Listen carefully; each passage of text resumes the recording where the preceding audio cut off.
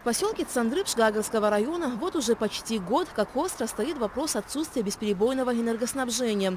Жители возмущены тем, что практически каждый час у них отключают электричество. Нередки случаи, когда без света остаются с интервалом по полчаса. Сария Ахба рассказала нам по телефону, с какими трудностями они сталкиваются. Портятся электроприборы, они просто перегорают. Те, кто живут в квартирах, они физически просто не могут их отапливать, эти квартиры, потому что за час квартира в принципе остывает.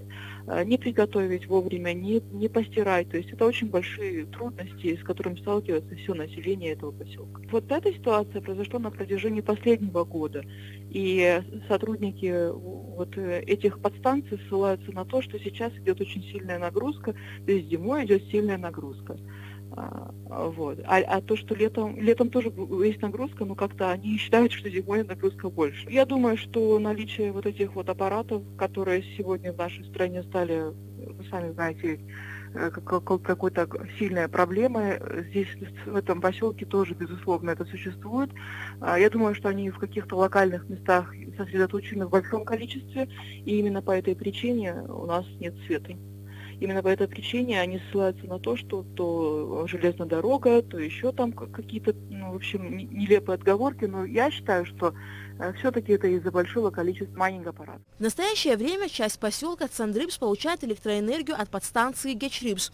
Другая часть и близлежащие села от тяговой подстанции Цандрыбш, которая находится на балансе республиканского унитарного предприятия «Абхазская железная дорога».